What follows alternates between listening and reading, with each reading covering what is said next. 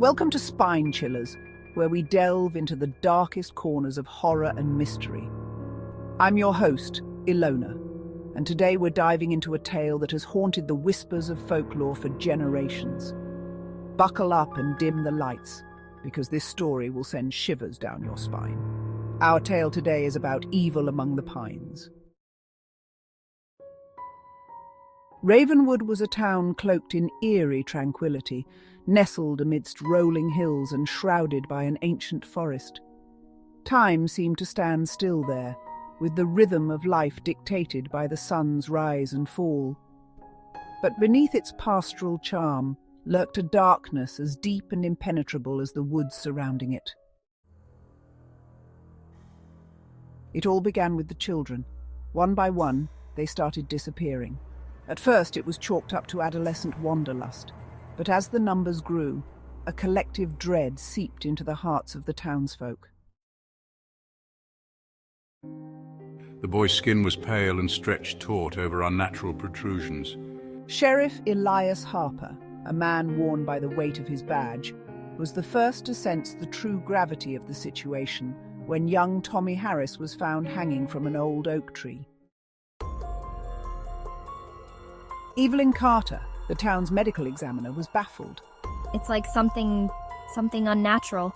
She whispered, her voice trembling as she examined Tommy's body. The autopsy revealed wounds that defied explanation. The town, once a tight-knit community, began to fracture. Fear gnawed at the heart of every resident. Whispers of curses, ancient evil, and dark rituals crept into conversations, replacing the once familiar chatter of daily life. As the disappearances escalated, so did the horror. Emily Jacobs, a bright-eyed teenager, was found in the abandoned mill, her body twisted into a grotesque parody of humanity. Her skin was peeled back in strips, revealing a patchwork of flesh and something that looked almost inorganic. The woods, once a place of solace, became a place of terror. Children's laughter was replaced by eerie silence. Old Mrs. Jenkins, a lifelong resident, claimed to have seen shadowy figures moving through the trees at night, their eyes glowing an unnatural red. Elias and Evelyn, the only ones willing to confront the evil, found themselves drawn deeper into the abyss. They discovered an ancient pagan symbol carved into a hidden clearing.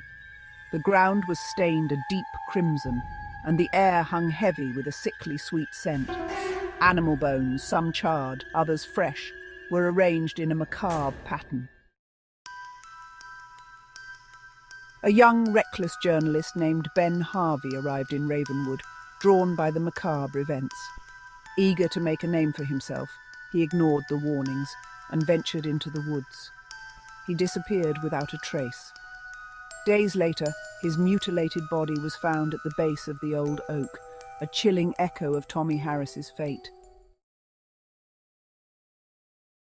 As winter approached, the town was enveloped in a shroud of snow. The once familiar landscape transformed into a desolate, icy wasteland. The disappearances continued, each more terrifying than the last. People vanished without a trace, leaving behind only a chilling emptiness. One night, a blizzard raged, turning Ravenwood into a ghost town. The power went out, plunging the town into darkness. Trapped in their homes, the remaining residents huddled together, their fear amplified by the howling wind. Then the screams began, blood-curdling, inhuman sounds that echoed through the night.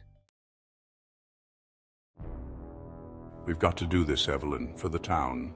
I know, Elias, let's go.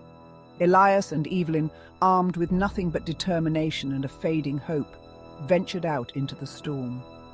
The wind whipped at their faces, the snow blinding them. But they pressed on, drawn by a desperate need to protect what remained of their town.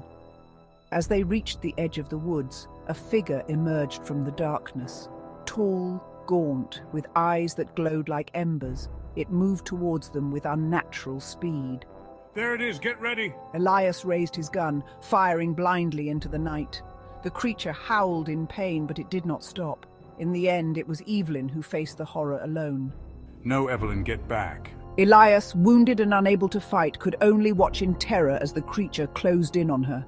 Her screams were cut short by a blood-curdling cry. When the storm finally subsided, there was nothing left of Evelyn but a few scattered remains. Evelyn, I'm so sorry. Elias was found unconscious, buried deep in the snow. When he awoke, he was alone. The town was silent, the houses empty. Ravenwood was dead. Until next time, sleep tight.